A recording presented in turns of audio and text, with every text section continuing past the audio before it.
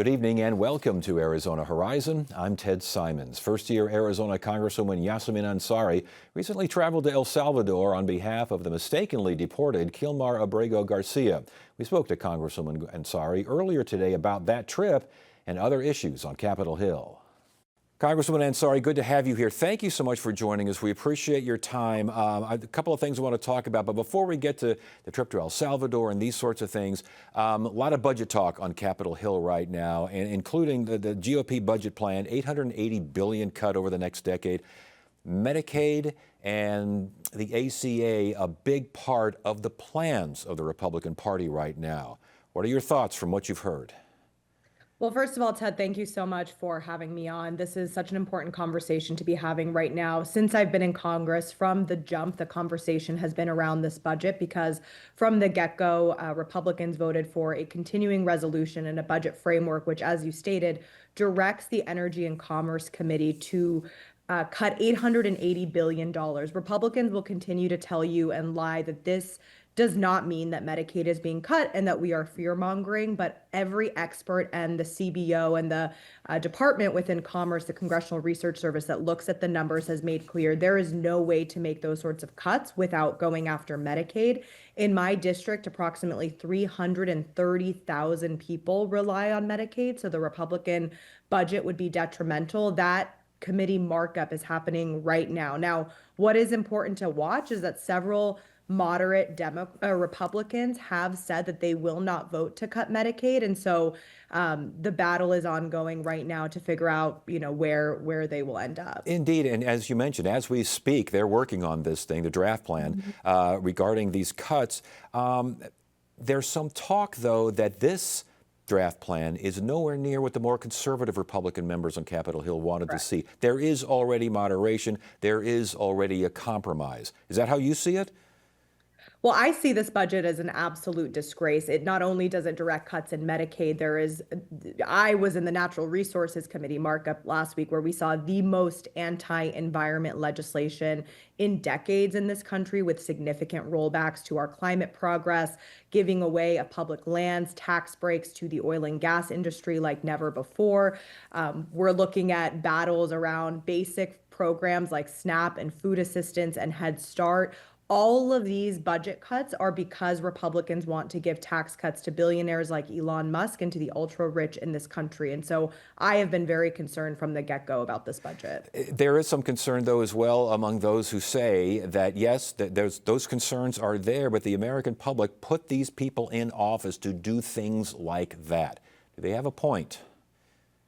I don't think that this is what the American people voted for. They didn't vote for chaos and recklessness and irresponsibility. They didn't vote for corruption. They voted for somebody to bring change and to shake things up and to make their lives easier. But instead, they have seen reckless tariffs that are making costs go up. They are seeing corruption with a president who's about to accept a $400 million plane from a foreign government.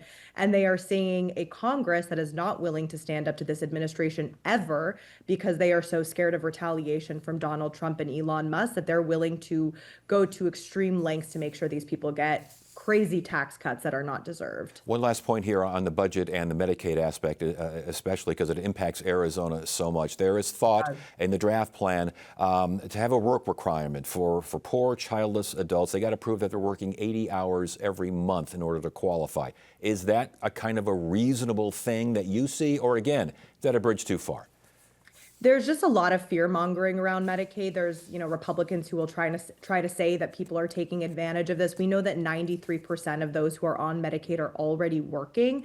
The only individuals who may not be part of that 93% are those within our disability community who I have engaged with in Arizona through the Arizona Disability Coalition. So once again, unfortunately, from Republicans, we see a lot of lies and a lot of misinformation that is being spread. Your recent trip to El Salvador on behalf of Kilmar Abrego Garcia, why did you need to be there?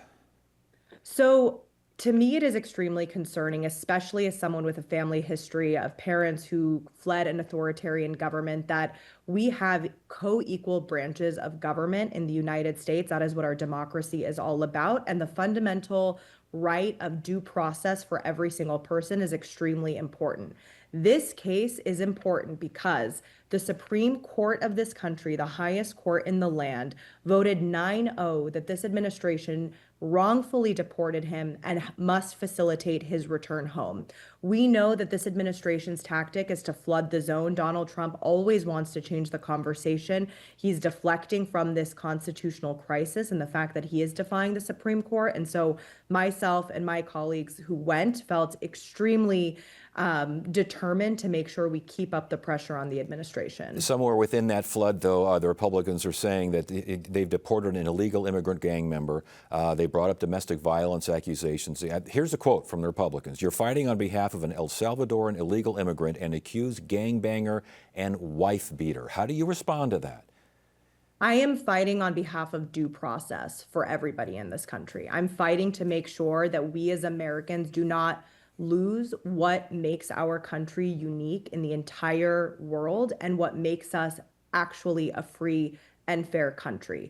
This was not just about Kilmar Abrego Garcia, although it is very important to note that our own courts prohibited his deportation from this country. So Donald Trump is breaking the law. And again, the Supreme Court says that if we no longer are a country where we expect the president to abide by a Supreme Court decision, then how can we expect to have any sort of rights or freedom moving forward? And obviously, as we mentioned, the administration is focusing on the man and accusations against him and his status and these sorts of things, and you're focusing on due process. And some would say that is a line of delineation that marks the two parties right now. And your predecessor, Senator now, Ruben Gallego, he is basically out there making a name for himself, saying that the Democratic Party needs help, and especially when it comes to the working class and when it comes to middle class and these sorts of folks. Does he have a point? Absolutely. I mean, I think that that's why it's so important that we see new, young, fresh voices come up in the Democratic Party and be empowered to make change. We are seeing some of the most effective communicators in our party emerge right now, in everyone from Congresswoman Ocasio-Cortez to new members of my class, from Dave Min to George Whitesides to Laura Friedman. There are so many new members in my class. I'm the class president of the Freshman Democrats, so there's 34 of us coming in right now, and all, working as hard as we can to make sure we're being effective and responding to Donald Trump's administration so that we can win the next election and show that Democrats do get things done. But getting things done is one thing, but getting that message out there is another. And regardless of the age or the people making the call for that message, I mean, how do you get those swing voters back? They left the Democrats in this last election in a big way. Now there's some talk and some polls show they're kind of coming back to a certain degree, but how do you get those voters back?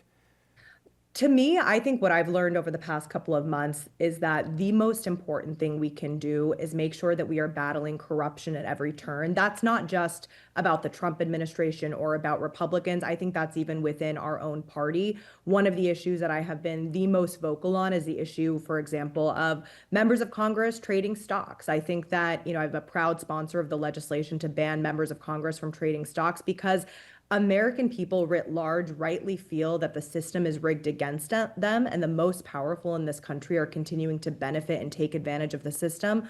We have to show that we are the party of change. We are the party that wants to lower costs and make life easier for people and make the American dream possible. So I also think, Ted, it's really important that we are communicating in all places at all times. I think historically Democrats have maybe been a little bit too scripted, trying a little too hard to say the right thing exactly, just like in the right place. No, we have to communicate everywhere. We have to go where we are uncomfortable, and we have to actually talk to people. Interesting. Hey, before you go, I got to ask you the question about the President Trump and his idea of changing the Persian Gulf, the name of the Persian Gulf, to the Gulf of Arabia.